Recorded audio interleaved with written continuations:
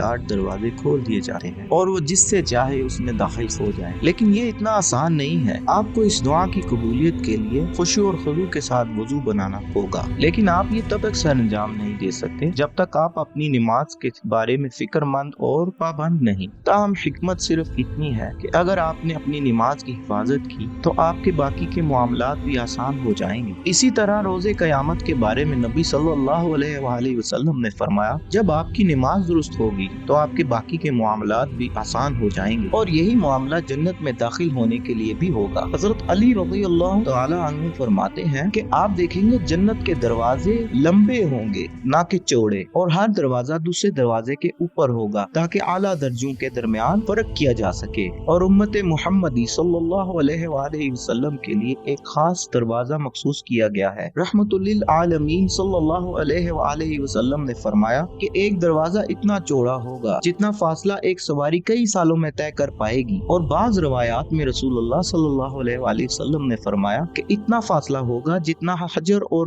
مکہ کے درمیان ہو سکتا ہے، اور بعض روایات میں رسول اللہ صلی اللہ علیہ وآلہ وسلم نے مختلف مقامات کا ذکر فرمایا۔ اور رب العالمین کی رحمتیں دیکھیں کہ یہ دروازہ وسیع ہونے کے باوجود اتنا تنگ پڑ جائے گا کہ گویا اس میں داخل ہونے والوں کے کندھے ٹوٹنے کے دھانوں پر ہوں گے۔ اور نبی صلی اللہ علیہ وآلہ وسلم نے فرمایا کہ جبرائیل علیہ السلام میرے پاس تشریف لائے اور انہوں نے میرا ہاتھ تھامتے ہوئے مجھے وہ دروازہ دکھایا جہاں سے میری امت جنت میں داخل ہوگی۔ اس پر مزید حضرت ابو بکر صدیق رضی اللہ تعالی عنہ نے فرمایا، کاش میں اس لمحے آپ کے ساتھ ہوتا یا رسول اللہ۔ پھر رسول اللہ صلی اللہ علیہ وآلہ وسلم نے فرمایا، فکر مت کیجئے، آپ میرے ساتھ اس جنت کے دروازے میں سب سے پہلے داخل ہوں گے۔ لیکن رحمت للعالمین صلی اللہ علیہ وآلہ وسلم نے ہم سب کے لیے فرمایا کہ آپ میری آخری امت ہیں، لیکن پھر بھی آپ جنت میں سب سے پہلے داخل ہوں گے۔ تو رسول اللہ صلی اللہ علیہ وآلہ وسلم پہلے نبی ہیں جو جنت میں داخل ہوں گے، اور ہم ایک ساتھ پہلی امت ہوں گے جنت میں داخل ہونے والے بإذن اللہ تعالی۔ تاہم ہم اپنی توقعات کے مطابق رسول اللہ صلی اللہ علیہ وآلہ وسلم کے پیچھے کھڑے ہیں۔ تو حضرت قتادہ رحمۃ اللہ علیہ فرماتے ہیں،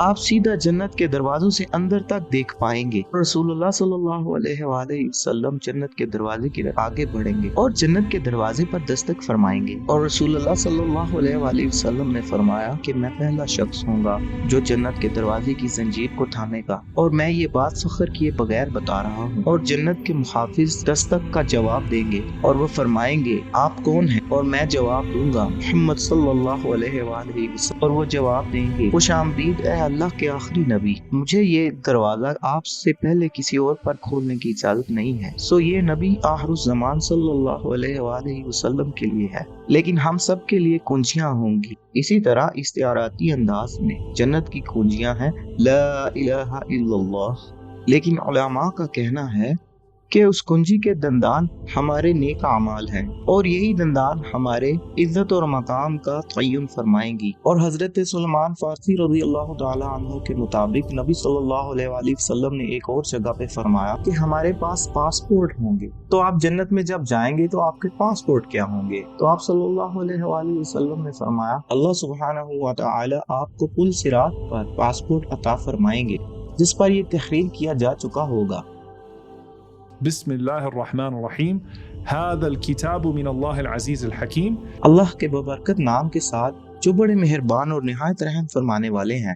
یہ پاسپورٹ اللہ سبحانہ و تعالی کی طرف سے اس بندے کو عطا کیا گیا ہے۔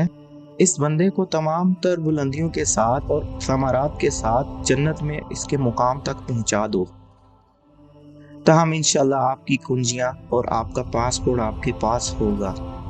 اور رب العالمین فرمائیں گے، حتی اذا جاؤوها وفتحت ابوابها، یہاں تک کہ وہ اس کے پاس پہنچ جائیں گے اور اس کے دروازے دھیرے سے کھولے جائیں گے۔ ابن قیم رحمۃ اللہ علیہ فرماتے ہیں کہ اہل جنت کے لیے دروازے کس طرح کھولے جاتے ہیں اور جہنمیوں کے لیے کس طرح سے دروازے کھولے جاتے ہیں۔ اللہ سبحانہ و تعالی جہنمیوں کے لیے فرماتے ہیں، جیسے ہی وہ وہاں پہنچیں گے تو اچانک سے دروازے کھول دیے جائیں گے اور ان کو اندر دھکیلا جائے گا۔ لیکن جب اللہ سبحانہ و تعالی جنتیوں کے بارے میں بات کرتے ہیں تو اللہ تعالی فرماتے ہیں، حتی اذا جاؤوها وفتحت ابوابها، جیسے ہی وہ جنت پہنچتے ہیں تو دھیرے سے دروازے کھولے جاتے ہیں۔ اس طرح رب العالمین ان کے لیے جنت کی خوبصورتی کو عیاں فرمائیں گے اور جنت اپنے ہر لمحے سے آپ کو اپنی گرفت میں لیتی جائے گی اور ہم جنت میں داخل ہوں گے زمرہ، گروہوں کی شکل میں۔ کیوں یہ پھر کیسا جشن ہوا؟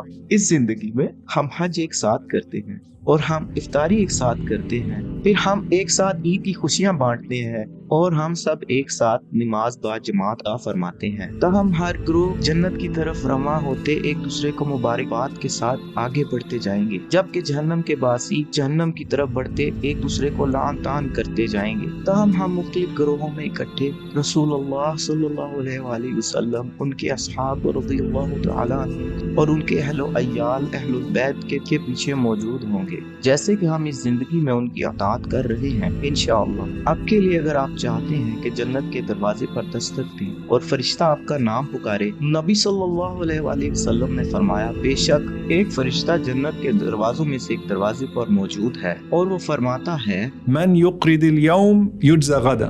جو بھی آج اچھا قرض ادا کرتا ہے تو اسے کل اچھا بدلہ دیا جائے گا۔ اور جنت کے ایک دوسرے دروازے سے ایک اور فرشتہ صدا لگاتا ہے، اللهم اعطي منفقا خلفا، اللهم اعطي ممسكا تلفا۔ یا اللہ تیری راہ میں ادا کرنے والے کو اور عطا فرما اور تباہ و برباد فرما اس کو جس نے اپنا ہاتھ روک لیا۔ اور یہ فرشتے جنت کے دروازوں سے آپ کو بلند ترین مقام سے اس لیے پکار رہے ہیں کیونکہ آپ نے ایک شخص کی پکار کا جواب دیا جو کہ اس دنیا کی نچلی سے نچلی گلی میں بیٹھا آپ کو مدد کے لیے پکار چکا ہے۔ ذرا تصور کیجئے کہ کتنی بار جنت کا صدقہ والا دروازہ صدیق اکبر رضی اللہ عنہ کو اپنی زندگی میں پکار چکا ہوگا اور وہ فرشتے کتنے منتظر ہوں گے اگلی زندگی میں ملاقات کے لیے۔ اب آپ اپنے آپ سے پوچھئے کہ آپ کتنے خواہشاں ہیں کہ آپ کو بھی پکارا جائے تاہم آپ بھی جنت کے دروازے پر دستک دے کر ان لوگوں کے ساتھ شامل ہو جائیں۔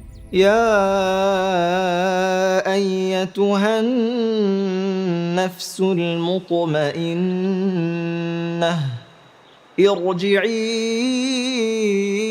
إلى ربك راضية مرضية فادخلي في عبادي وادخلي جنتي۔